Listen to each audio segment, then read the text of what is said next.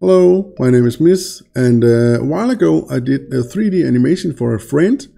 The animation is this news over here, news section.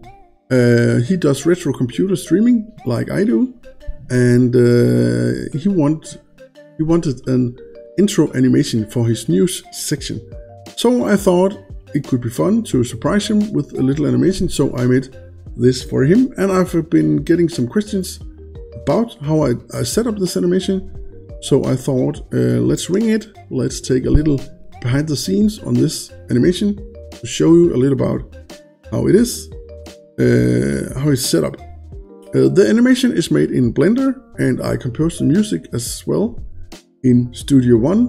And let's start by showing you the animation in its purity, and let's take it down step by step. I'll just remove my camera here and mute my mic, and you can hear the animation.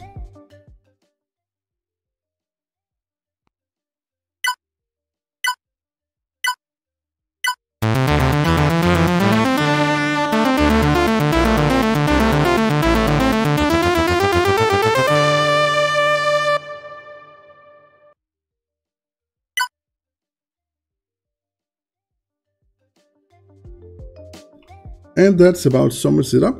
That is the animation itself, and let's try see what have I done. What have I done with this? For starters, I can tell you about the music.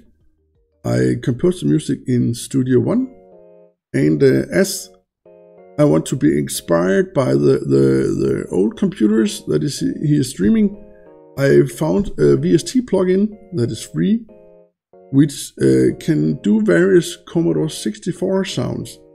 Now, the Commodore 64 is a computer from the 80s. It was my first computer, and it has 3 sound channels using its SID chip, which is the audio chip of the Commodore 64. I set up a music composition here in Studio One, and what you see here is my 3 sound channels. And in each here I put some notes, which you can see down here, and I can click them.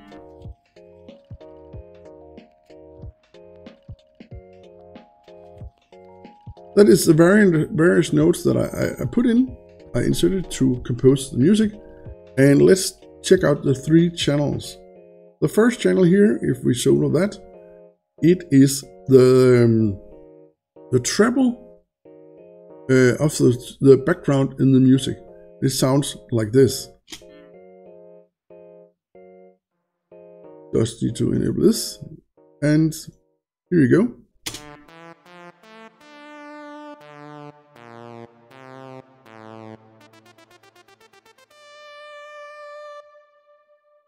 And for that as well, I made the bass line, which is very similar, and it sounds like this.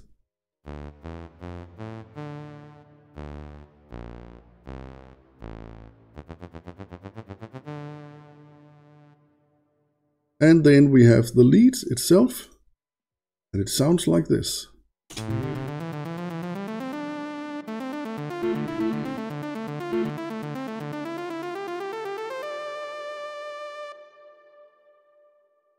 And all together, what we get is the tune.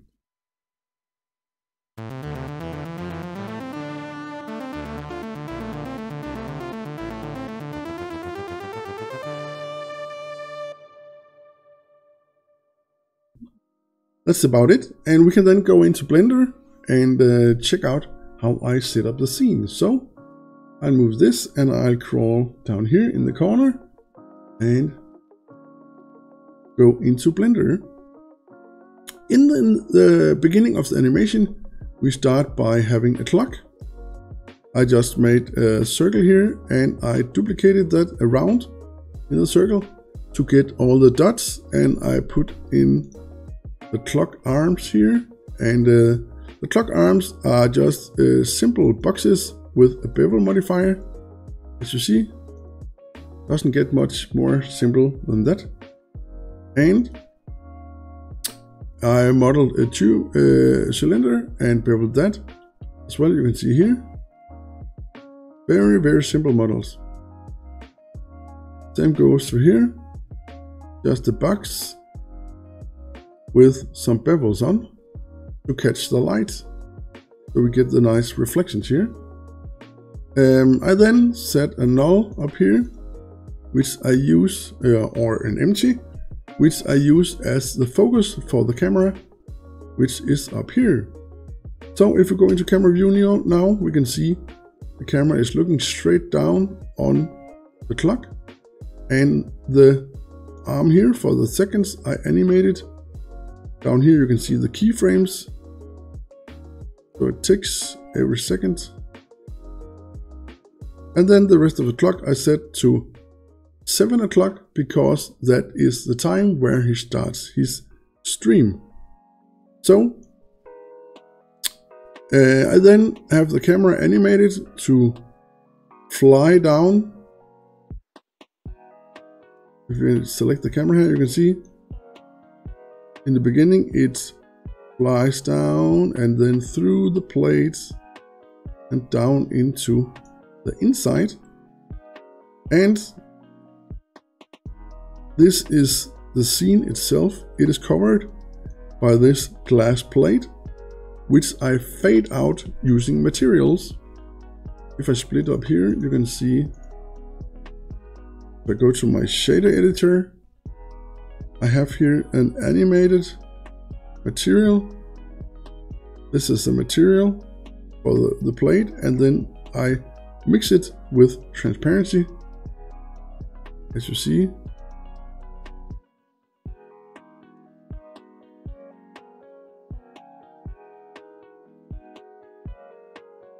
Up here, it is moving as I fade out the plate as the camera goes through it. And as you see, it gets transparent. We also get lights into the scene. And the lights right now is coming from the background. In the background, the world, I have set up a noise texture which is illuminating the scene. And if you would like to see that, I can go into here and turn off transparency. And you can actually see the noise texture I put in the background to light up the scene. I could have used an HDR as well, but right now I chose to use the noise texture to get a more clean studio lights, a similar effect.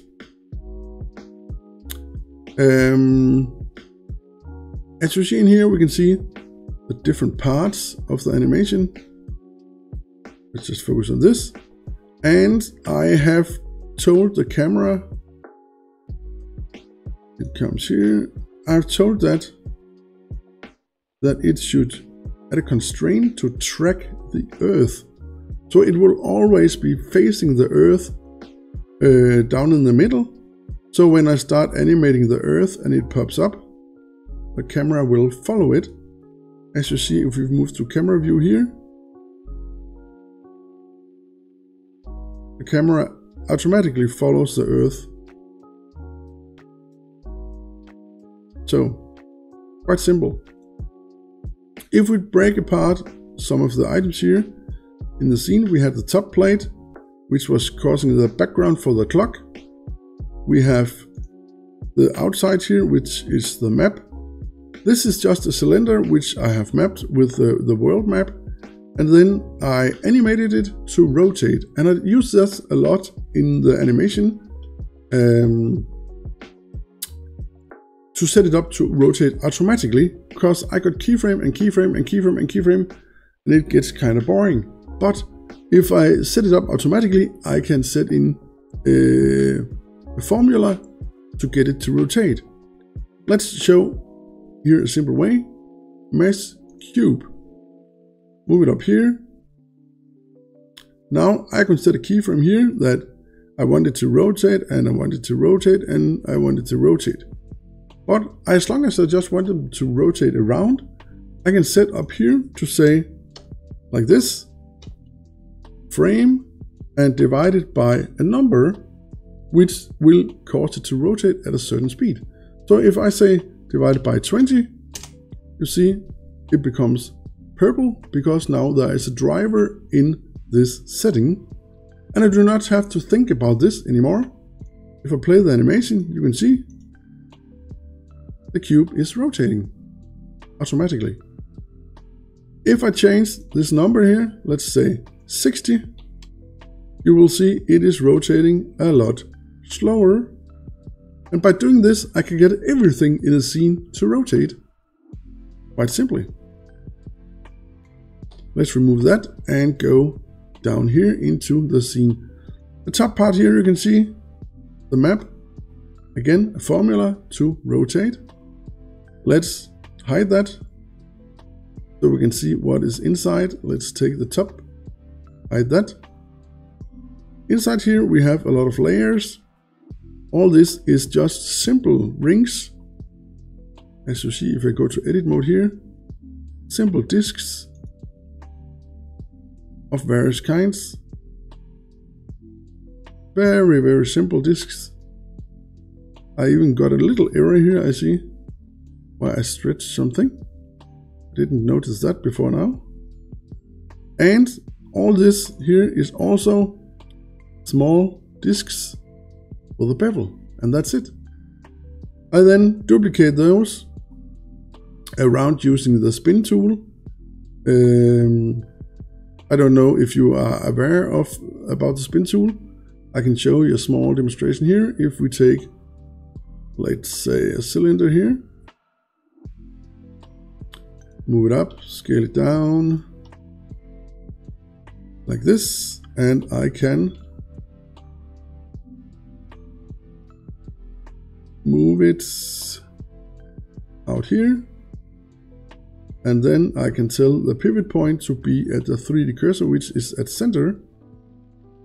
If I then go to edit, select everything for it, I could go down here to spin, duplicate, and now, as you see, very easy, I can make the rings, and I can tell how many do I want, quite simply.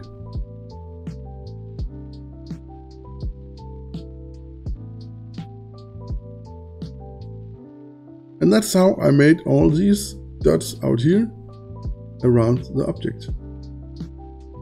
Let's delete that again and go further. All these you can see here are then set the formula for rotate, rotate, rotate everything. And up here I made all these glass screens, cloned them around, put on different materials, and then I parented them to this empty. If I can select it, I cannot. I want my empty, like this. And then I told the empty again to rotate automatically. So all the glass is rotating around the Earth.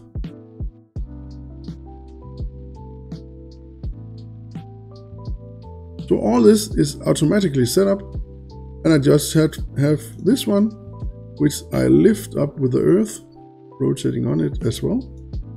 And the Earth is also automatic rotating, as I showed earlier. And all this makes up the animation. Then the last two parts we have here is the text. And the text here is looking pretty nice, but still you got some mess up here. And that does not look that good. And that's because right now I have something disabled that is not showing in the viewport, because I actually made a tutorial on how to do exactly this. And this is being modified with a remeasure and move bend to curve. So if I turn off this, you'll see the text is actually out here. and looking nice. But the problem is, if you look at the mesh for text, it is quite often not that nice. And if you start to bend the text, you will get a lot of errors. And in the description below, I will link to a tutorial I made on how you fix this. But in general, you set up the text and you do a remesh over here on the text. And then after the remesh, you can attach the text to the curve, which is in here. In the scene, we have the curve in here. So if we put on the curve, let's just zoom in here, you see the errors that normally appear if you are not remeshing it before putting it on the curve. But if we remesh it, you see it looks like this. A lot better. A lot better. And as well, this I have told to animate to rotate around, but as this is attached to a curve, you cannot just rotate it. You need to push it around on the curve, and I do that by pushing it in the x-axis. That will move it around. As you see, it is now moving around. And you see now the frame rate difference, and that is why it is disabled here in the viewport, but it is enabled in the render over here. So that in all sums it up. I then have the logo news here that is also animating in. It is following this empty to slide into the scene and the end. And then I got a light source here that is passing through past the sign here of the news to give it a sort of highlight in the end of the animation. And all this comes to the final result that you saw earlier. And I hope this helped some of you out there how you can do stuff like this. It's actually quite simple, but with the lights and some nice materials and so on, you can get a pretty nice result. Let's try view the animation again one last time here.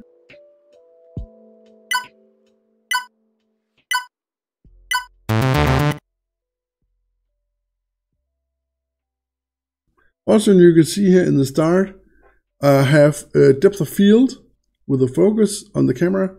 It is focusing on the clock, and that's why the background is a little blurry as well, which gives the clock a nice pop. So let's check it out.